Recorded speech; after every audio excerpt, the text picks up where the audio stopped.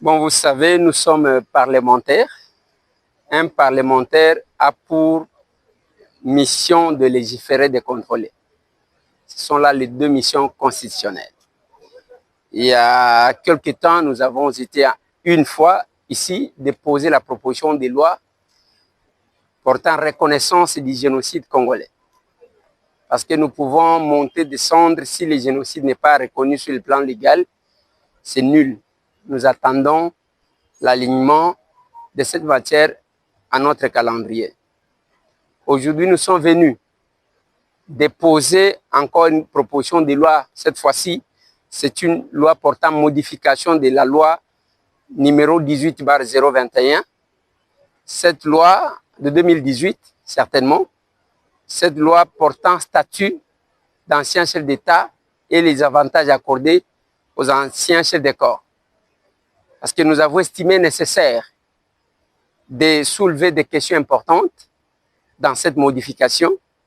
Ça serait injuste que les uns bénéficient d'une retraite d'or, mais les autres se cotisent pour assurer l'après-emploi. C'est-à-dire, il y a les travailleurs qui sont affiliés à la Caisse nationale de sécurité sociale, la CNSS en sigle.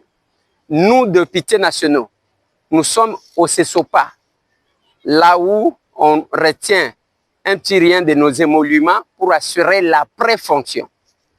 Mais il y a quand même un groupe d'individus qui bénéficient des avantages parce qu'ils ont été chefs de corps, parce qu'ils ont été, je ne sais pas qui, les avantages durant toute leur vie d'être pris en charge par l'État congolais. Et nous nous sommes posé la question, si chaque mandat de 5 ans, nous avons 3 premiers ministres, nous avons 3 présidents de l'Assemblée nationale, on aura un nombre pléthorique de bénéficiaires de ces avantages-là. En conséquence, tout le budget de l'État ne servira plus jamais à la reconstruction du pays, mais plutôt à servir quelques individus. Ce qui est plus grave dans cette loi, tous les commandants que vous entendez, les commandants de la ville, tous les généraux qui ont dirigé, font partie intégrante. Vous quittez là-bas, il y a également les présidents de la Cour constitutionnelle, il y a beaucoup de responsables, tant militaires que civils, qui doivent bénéficier de ça. Mais quand nous regardons tout ça, on s'est dit, mais finalement, si tel est le cas d'avoir servi la République, donc on devrait privilégier ceux qui sont dans l'armée, tous les militaires, tous les policiers, parce qu'ils ont eu à servir toute la vie. On devrait privilégier les professeurs des universités parce qu'ils enseignent toute la vie.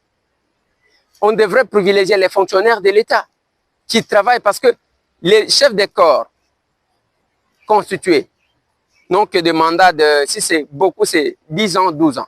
Mais il y a les gens qui consacrent toute leur vie. Voilà pourquoi nous avons estimé nécessaire que nous puissions déposer cette proposition de loi.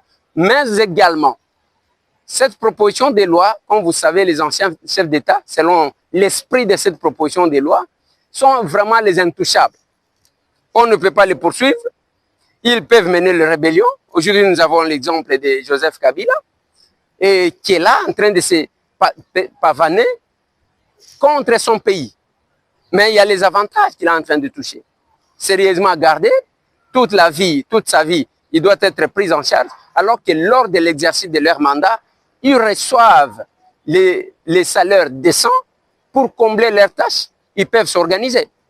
Je peux donner un exemple. Vous pouvez trouver, par exemple, un chef de corps qui vous touche 200 000 $ le mois. Mais les membres de là où lui touche 200 000 touchent peut-être 10 000. Il y a un déséquilibre. Et ce déséquilibre-là, ensuite, par la suite, on dit on doit commencer à les prendre en charge. Nous avons estimé dans cette loi que, oui, il y a ceux qui ont excellé, dont la République doit de la reconnaissance. Mais il faudrait que cette charge-là soit confiée à la chancellerie des ordres nationaux pour apprécier la qualité par rapport à la probité morale, par rapport à l'excellence dans la gestion, pour décerner ces faveurs-là ou ces avantages-là à ceux qui ont fait quelque chose pour la République.